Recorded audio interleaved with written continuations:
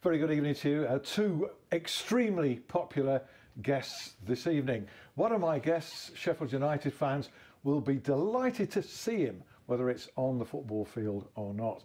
The other guest you'll be seeing an awful lot of on national television over the next fortnight from the Crucible Theatre here in Sheffield. He is World Snooker referee Brendan Moore, who makes a return visit to the studio. Evening, Brendan. Yeah, how you doing?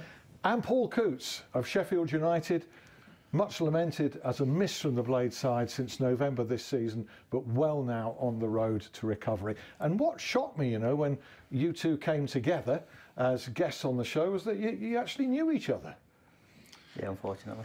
Yeah, no, not wrong. Nah, he got some free tickets for the snooker, so Brendan's all right. Don't mind. So he's all right? Yeah, he's all right, yeah. Even though he's a Sheffield Wednesday supporter, well, which is... He was trying to give us a bit of jip before the away leg of the derby, but I haven't heard from him since, actually, so he's all right, yeah. Well, and 2 points dropped at Bramall Lane don't cost them come the playoffs.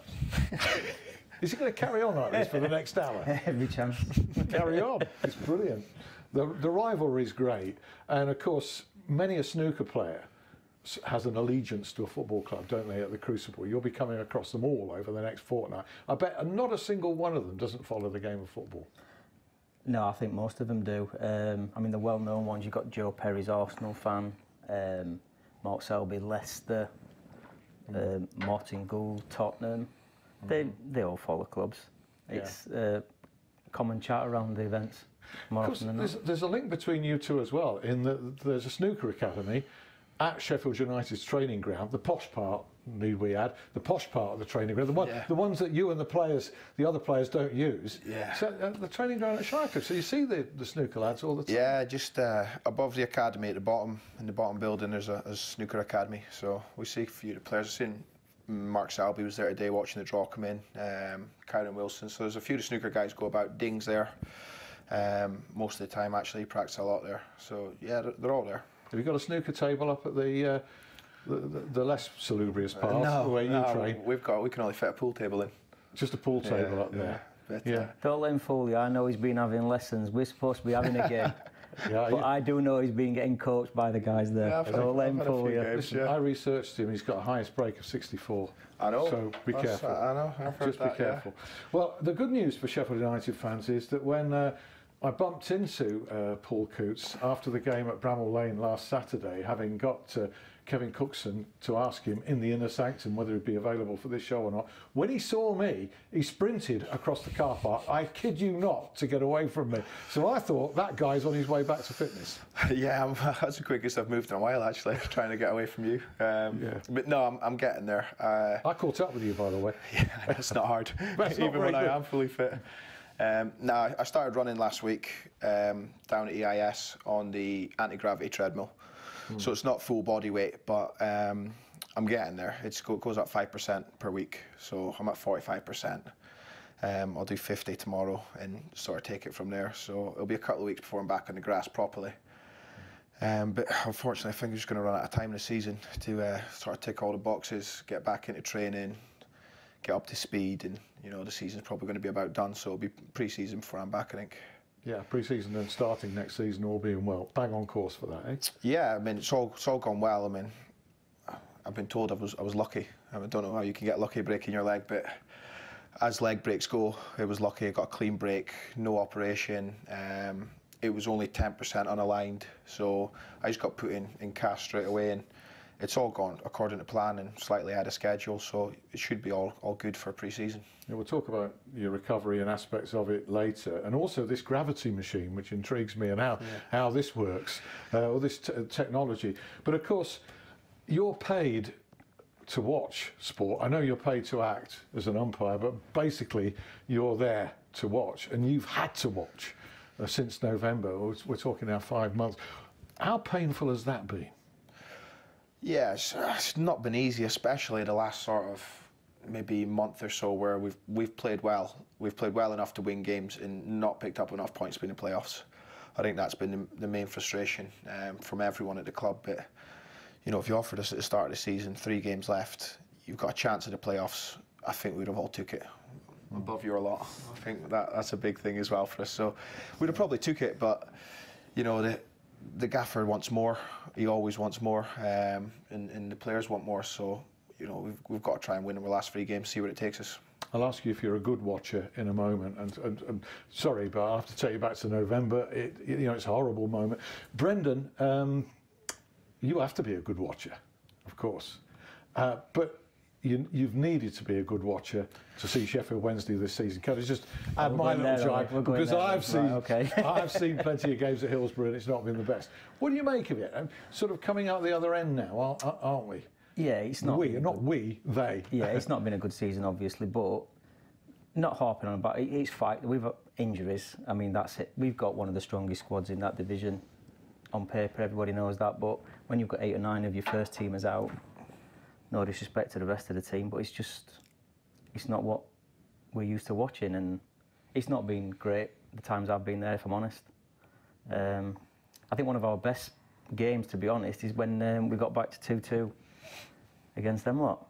That we did really well. That can't be a highlight of your season. I didn't say it was a highlight. I didn't say it was a highlight. It was a good spell of football, and then, like I said, the games I've seen, it's not been as good as it has been in the past. It's probably the loudest roar at Hillsborough this season when Lucas Yao headed that goal for 2-2, and what a hell of a game we had on at that moment. Yeah, I was watching it on Sky because I was away at the time watching it, and yeah, it was a great atmosphere. I mean, speaking to Billy about it, they were saying that the atmosphere was unreal. I mean, obviously I'm a big Wednesday fan and probably get pulled for saying this, but I just think what football is all about. We come back to 2-2, the noise is unbelievable, and then they go straight down the other end and completely silence the crowd. But it is what football's all about. I mean, obviously I'm a Wednesdayite, everyone knows, but my dad's a Unitedite. I've got loads of mates that are Unitedites. So for their sake, I'm not as bad as some. But obviously the fact that they beat us and then we drew and then they're above us, it's hard to even talk about. Injured players coming back and a lot of quality. It was a sort of a doer sort of game, wasn't it, at Bramall Lane, the 0-0, which you'll have had.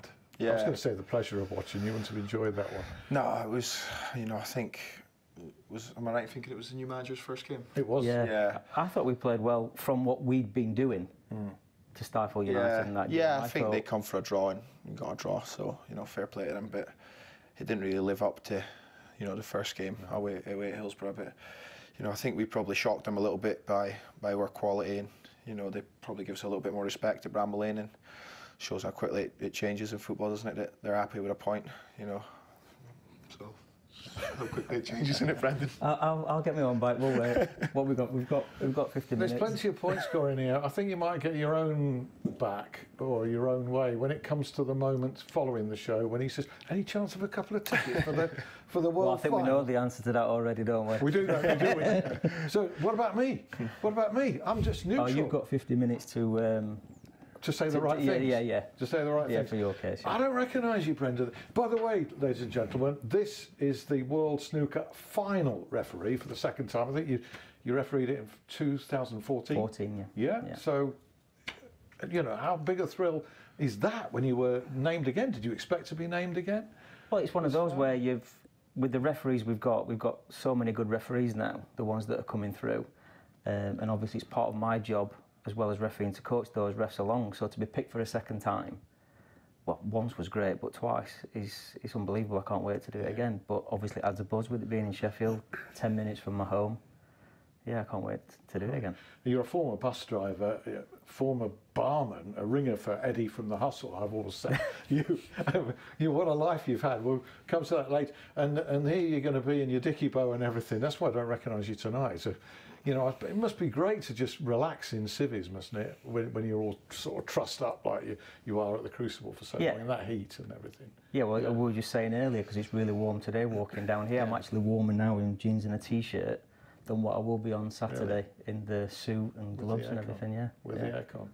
Paul, very sadly out since November. You won't find a single Sheffield United affiliated person who would say that the club hasn't missed you, and in many cases, those of us who observe the team would say they've missed you badly, not because nobody's done the job in your absence, but there was a particular way of playing.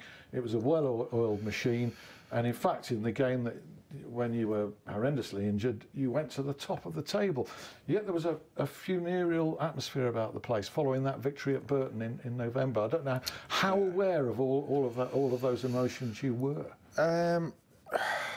Not really, no, because obviously I went straight to the hospital. You know, I found out we'd won the game, gone top. I was quite buzzing really with it. I didn't know how bad my leg was at the time. I was thinking, we've gone top of the league, you know, absolutely flying. And then I got put in cast and was off for about 2 weeks. So I spoke to a few of the boys and they all seemed a bit down about it. And, you know, it's part of the game. Injuries, it can happen to anyone. And I just thought there was no reason to really be down. It can happen to anyone. We've just got to carry on what we were doing. But, you know, I think it disrupted us a little bit in terms of, you know, the lads were in a bit of shock really over it, and we lost a little bit more momentum. But, you know, I think we've still done well. I don't think me being fitter or injured has had that big of an impact as people like to say it has. You know, I think we've still done well through the season. You know, at the start, if you'd given us, as I said, 3 games left and a shout at the playoffs, you know, I think we'd have all took it. So I've got a stat here that says, courtesy of Blades Analytics on Twitter, who produces some wonderful stuff, but I'm selective. He says that Sheffield United have won 58% of the games that you have started, 110 league starts for Sheffield United. Of course, you're part of a title-winning team in League One last season. That's a very high percentage, and it's a big miss for any football team. I know probably you're the one that doesn't want to say that, but it is. Yeah, it's a good stat. I didn't know that. Take that into your next contract. Yeah, I need to. Yeah, no, it's a good stat. But I think we'd have had a dip anyway. You know, I don't think we would have maintained being top of the league. Certainly, the way Wolves have gone about, Fulham, the way they've gone about, we'd have had to done unbelievably well to stay up there. But you know, we've probably left easy 10 points out there. The way we've been playing has been well enough to win games, and we've easily left 10 points out there anyway. So I think if we were in the playoffs, we would have done well. Well, it still could be in the playoffs, of course. Absolutely. We'll come to that later. 3 of the last 4 home games, I think, have been drawn. I think any of those 3 could have been won. So you're talking 6 points there. Extra I think that's been the frustration really with us, that we've played well enough and had chances to win games, and we've walked away with a point, or you know, got beat, and we ain't deserved it. Brendan, before we talk about the injury itself, suffered at Burton in November, you know, for all the rivalry and all the banter, there is a feeling, a human relationship at times, I think, between football supporters when they see. I saw any number of messages on Twitter from Al's fans sympathising with Paul and the injury that he suffered. I didn't.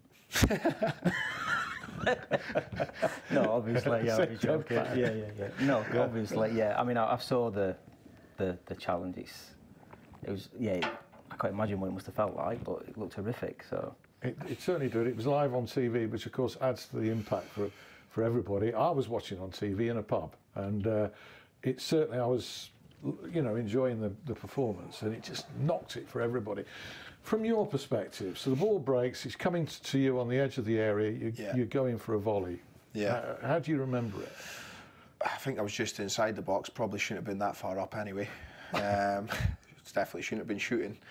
And yeah, as it was coming down, I could have took a touch around him, but he was standing quite far away from me. I thought, he's going to let this, you know, drop right down, let me have a shot, which usually you don't get that time in the box. So I took the shot, caught it quite sweet. On the follow through, he's lunged over, and I've just caught his studs, and I heard a big crack straight away, and the pain, I thought, I think I broke my leg there. But once the adrenaline kicks in, you start thinking, well, probably be able to jog that off. I don't really? Well, yeah, I thought, by the time they come on with the gas and air, I'm thinking, I don't want to get gas and air, go off on a stretcher and have a bruise. I'm just embarrassing myself there. Like, if it's not bad, don't stretcher me off and stuff like that. But they were like, no, gas and air. Have that, get on the stretcher. And by the time we got in, then the pain kicked in quite a lot, and I got told it probably broke both your bones, but thankfully I didn't. So your initial instinct was, I'm going to get up and run it off? Yeah, after about a minute, once the adrenaline kicked in. You didn't realise it's hanging off? No, I thought, that's sore, but it's probably going to be all right, that. Because the whole power of your leg was behind that going for that shot, wasn't it? You could see that. Yeah. And the impact. Well, I seen a photo in the physio room when I was waiting for the ambulance, And then I seen it, I thought, that's probably my season done, to be honest. You know, one of our members of staff looked at it and he was wincing, and I said, let me see. And he's, no, you can't see it. And I said, well, I need to see it now, if everyone's wincing over it. And I had a look and I thought, oh yeah, that is going to be a serious one, probably. It genuinely made people feel sick to see it. I don't know if the recipient felt like that, as queasy as that. Yeah, when you saw it. As I said, initially it was really sore, but after that, it wasn't too bad. I felt, they give you gas in there. I got morphine and stuff like that when I went to the hospital, so by that point you feel all right. But I meant to ask you last time we saw you, when something like that happens, has he been in touch? Marvin Sordell we're talking about here. Yeah. And there's been he's had a fair bit of stick from Blades fans over what happened. What's your take on that? I looked at it back. I just think it was a lazy tackle. I don't think he's meant to injure me. I just think he's a striker defending, isn't it? He's a bit of a, doesn't really want to defend at the last minute. Clumsy. Yeah, I think at the last minute he's sort of thought, I better try block that, and he's lunged over too late. So I felt it was a bit of a lazy tackle. But no, I didn't hear from him. I saw him at Bramall Lane when we played them, and I spoke to him a little bit then, but not really. I spoke to quite a lot of their players and obviously their staff and all well, so I'd spoke to a lot of people there. It surprised you he's not been in touch? A little bit, yeah, to be fair. If I'd injured somebody like that, I would, it doesn't matter if you mean it, don't mean it. You've obviously put somebody out for quite a while, you would apologise, wouldn't you? But that's a human nature, you'd think. Yeah, it'd be automatic. Yeah, but it's one of them things. It doesn't make any difference really. Like it doesn't. The professionals at the game, the two managers, including your own, Chris Wilder, didn't make anything of it in that regard. That they accepted that there was no intent to. No, I don't think there was. Nigel Clough phoned me on the Monday morning as well. He was good as gold.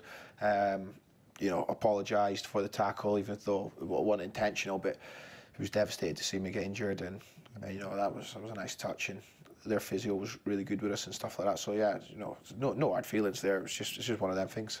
Nigel Clough, of course, who signed you twice. Yeah. For Derby County and also brought you to Bramall Lane. Yeah. The bit in between where you were on the transfer list and you persuaded Chris Wilder that you were part of his plans. We'll come to because that's quite a part of your story as well, isn't it? But, there's no good timing for an injury like that. But it was also at a time when I think had you not been injured and the way you were playing, you were going to get into the Scotland team.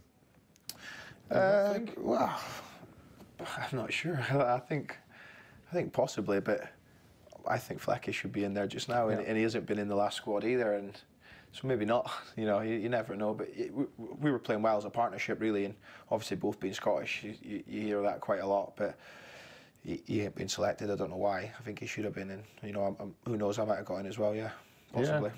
I mean, you and John Fleck and Mark Duffy, just that trinity in midfield.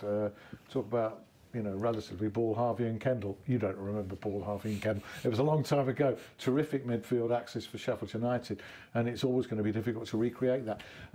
Plenty more from Paul in part two. We're rapidly coming to the end of part one. Brendan, 2 more sleeps. 2 more sleeps, yeah. Can't wait to get going. 10 o'clock Saturday morning.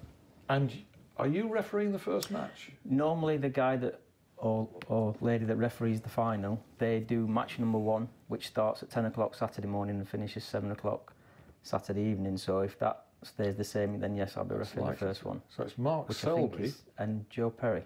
And Joe Perry. Yeah. That's a kind of tough one for the defending champion, do you think? It's very tough for both. Yeah. Obviously, Mark's just recently won in China, so obviously he's coming back to form. I think he's won it 2 years on the trot, so he's not been beaten Sheffield for quite a while. Joe Perry's just come through 3 games at the Institute of Sport qualifying, so he's playing well. So it'll be a really interesting game. Looking forward to that. Just as it's special for you or anyone to referee the final, as you will, there's also a tingle about that first game as the tournament starts as well, eh? Yeah. When you walk out day 1. It's a really weird feeling because you're walking out on day 1, also knowing you're walking out on day 17. It's just when you walk in and all the crowds start coming in, those lights in the ceiling. Yeah. Got the white gloves. Yeah, just can't wait. Can't wait. Got all the. Have I ever forgotten anything important?